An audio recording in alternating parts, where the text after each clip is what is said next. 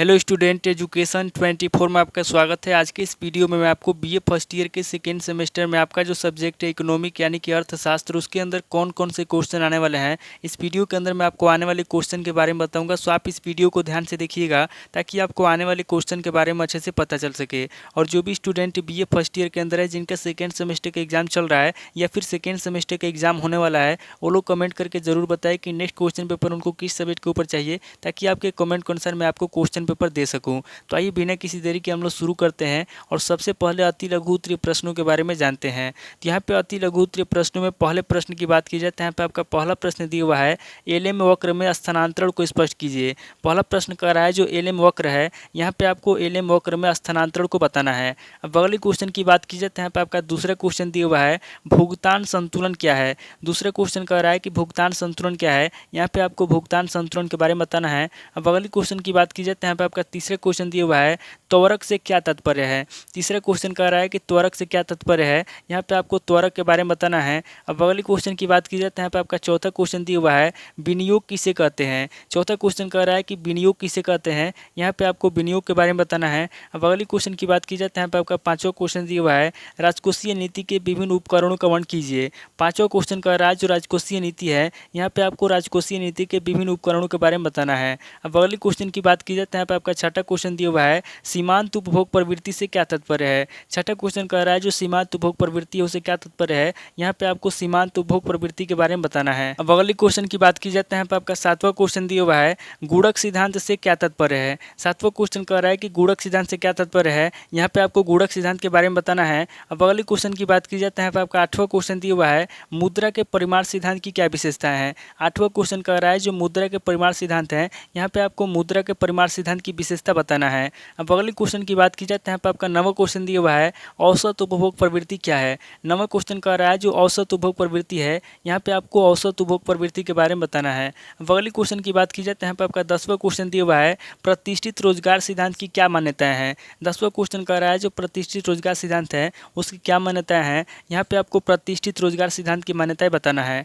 अब अगले क्वेश्चन की बात की जाए तो यहाँ पे आपका 11वां क्वेश्चन दिया हुआ है, कुछ घरेलू उत्पाद क्या है। 11वां क्वेश्चन कह रहा है कि कुछ घरेलू उत्पाद क्या है, यहाँ पे आपको कुछ घरेलू उत्पादों के बारे में बताना है।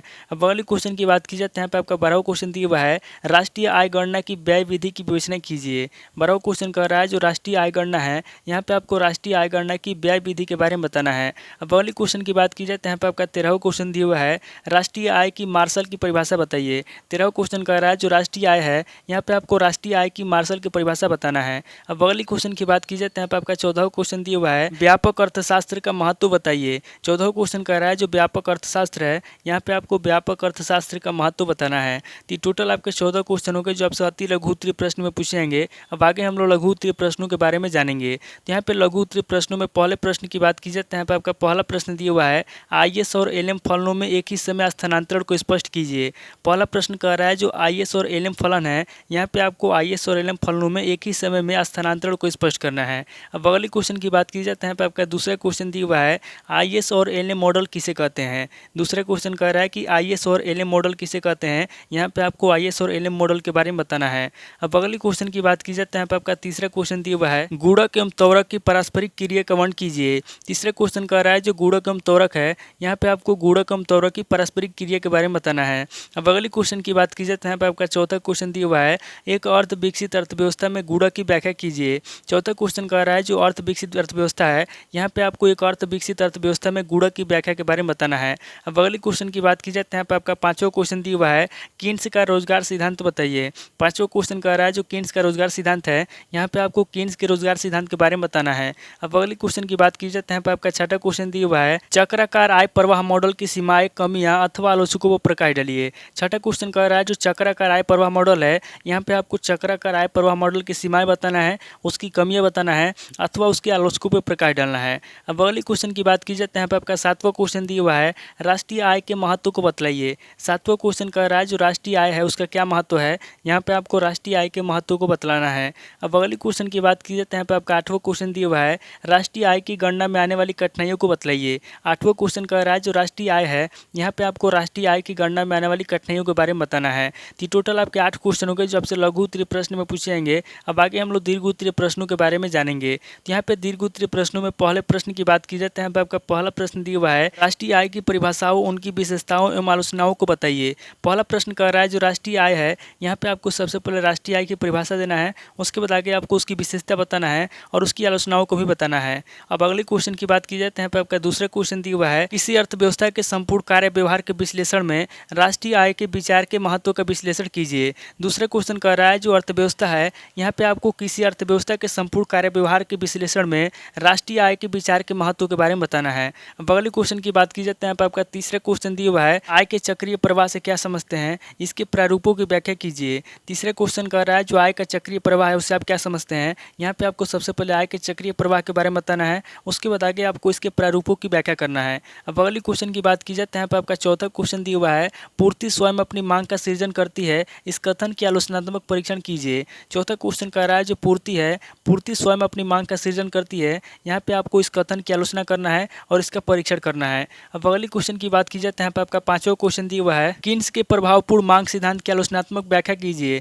पांचवा क्वेश्चन कह रहा है जो कीन्स के प्रभावपूर्ण मांग है यहाँ पे आपको कीन्स के प्रभावपूर्ण मांग सिद्धांत के बारे में बताना है और उसकी आलोचना करना है। अब अगले क्वेश्चन की बात की जाए तो यहाँ पे आपका छठा क्वेश्चन दिया हुआ है राजकोषीय नीति के प्रमुख उपकरणों की व्याख्या कीजिए। छठा क्वेश्चन कह रहा है जो राजकोषीय नीति है यहाँ पे आपको राजकोषीय नीति के प्रमुख उपकरणों के बारे में बताना है। अब अगले क्वेश्चन की बात की जाए तो यहाँ पे आपका सातवां क्वेश्चन दिया हुआ है स्वायत्त एवं प्रेरित विनियोग से आप क्या समझते हैं। सातवां क्वेश्चन कह रहा है जो स्वायत्त एवं प्रेरित विनियोग है उससे आप क्या समझते हैं, यहाँ पे आपको स्वायत्त एवं प्रेरित विनियोग के बारे में आपको बताना है।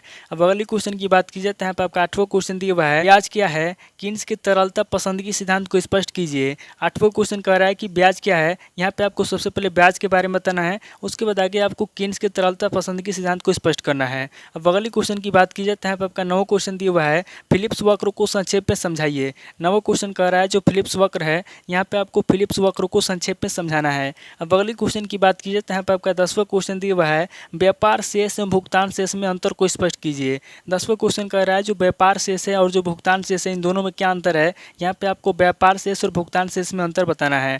तो टोटल आपके 10 क्वेश्चन हो गए जो आपसे दीर्घ उत्तरीय प्रश्न में पूछे जाएंगे। तो इस वीडियो के अंदर मैंने आपको अति लघु उत्तरीय प्रश्न, लघु उत्तरीय प्रश्न और दीर्घ उत्तरीय प्रश्न तीनों तरह के प्रश्नों के बारे में बता दिया। आप इन तीनों तरह के प्रश्नों को नोट कर लीजिए और किसी किताब से सीरीज से मिलाकर के याद कर लीजिए। तो दोस्तों आज इस वीडियो को मैं यहीं पे स्किप करता हूँ, मिलता हूँ आपसे नेक्स्ट वीडियो में। अगर आपको वीडियो अच्छा लगा तो वीडियो को लाइक कीजिए, शेयर कीजिए और कमेंट करके बताइए कि आपको नेक्स्ट क्वेश्चन पेपर किस सब्जेक्ट के ऊपर चाहिए। थैंक यू दोस्तों।